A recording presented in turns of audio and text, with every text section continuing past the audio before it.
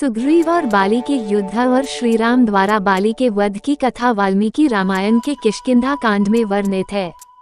ये कथा इस प्रकार है। वानरराज ऋक्षराज के दो पुत्र थे, बाली और सुग्रीव। बाली बड़े भाई थे और वानरों के राजा बने। एक समय बाली और राक्षस दुंदुभि का भीषण युद्ध हुआ, जिसमें बाली ने उसे मार डाला। इसके बाद एक और शक्तिशाली राक्षस मायावी ने बाली को चुनौती दी और युद्ध के लिए गुफा में बुला लिया। बाली ने सुग्रीव से कहा कि वो बाहर उसकी प्रतीक्षा करे। बाली और मायावी के बीच गुफा के अंदर घोर संग्राम हुआ। कई दिनों तक जब बाली बाहर नहीं निकला और गुफा से रक्त बहता देखा गया, तो सुग्रीव को लगा कि बाली मारा गया। ये सोचकर सुग्रीव ने गुफा का प्रवेश बंद कर दिया और किष्किंधा लौटकर राज्य संभाल लिया। लेकिन बाली जीवित थे। वो जब गुफा से निकले और वापस आए, तो उन्हें लगा कि सुग्रीव ने धोखे से राज्य पर कब्जा कर लिया है। उन्होंने सुग्रीव को शत्रु मान लिया और उसे राज्य से बाहर निकाल दिया। सुग्रीव का कोई दोष नहीं था, लेकिन बाली के क्रोध और संदेह के कारण उन्हें वन में रहना पड़ा। श्रीराम और सुग्रीव की मित्रता। एक दिन जब सुग्रीव अपनी सेना के साथ ऋषिमुख पर्वत पर निवास कर रहे थे, उसी समय श्रीराम और लक्ष्मण माता सीता की खोज में वहां पहुंचे। सुग्रीव ने उनसे मित्रता की। सुग्रीव ने अपनी व्यथा राम को सुनाई। राम ने सुग्रीव को वचन दिया कि वे बाली का वध कर उन्हें न्याय दिलाएंगे। बाली और सुग्रीव का युद्ध। राम के निर्देश पर सुग्रीव ने बाली को युद्ध के लिए ललकारा।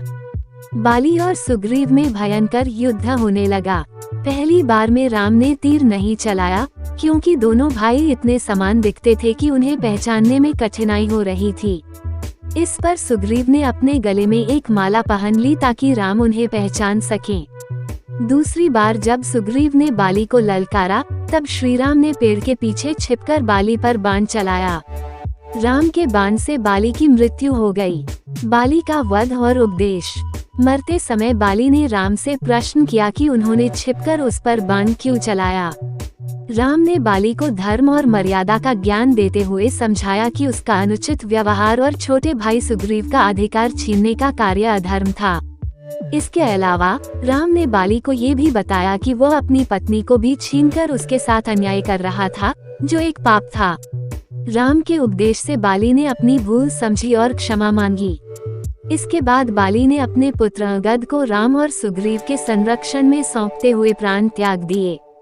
परिणाम। इस प्रकार श्रीराम ने अधर्म का नाश किया और सुग्रीव को किष्किंधा का राज्य सौंपा। सुग्रीव के राजा बनने के बाद वानरों की सेना राम की सहायता के लिए एकत्र हुई और उन्होंने सीता की खोज और रावण से युद्ध में राम का सहयोग किया। इस कथा का संदेश यह है कि अधर्म के विरुद्ध खड़े होने के लिए धर्म के नियमों का पालन करना आवश्यक है, और यह भी कि मित्रता, न्याय और मर्यादा का पालन हर परिस्थिति में महत्वपूर्ण है।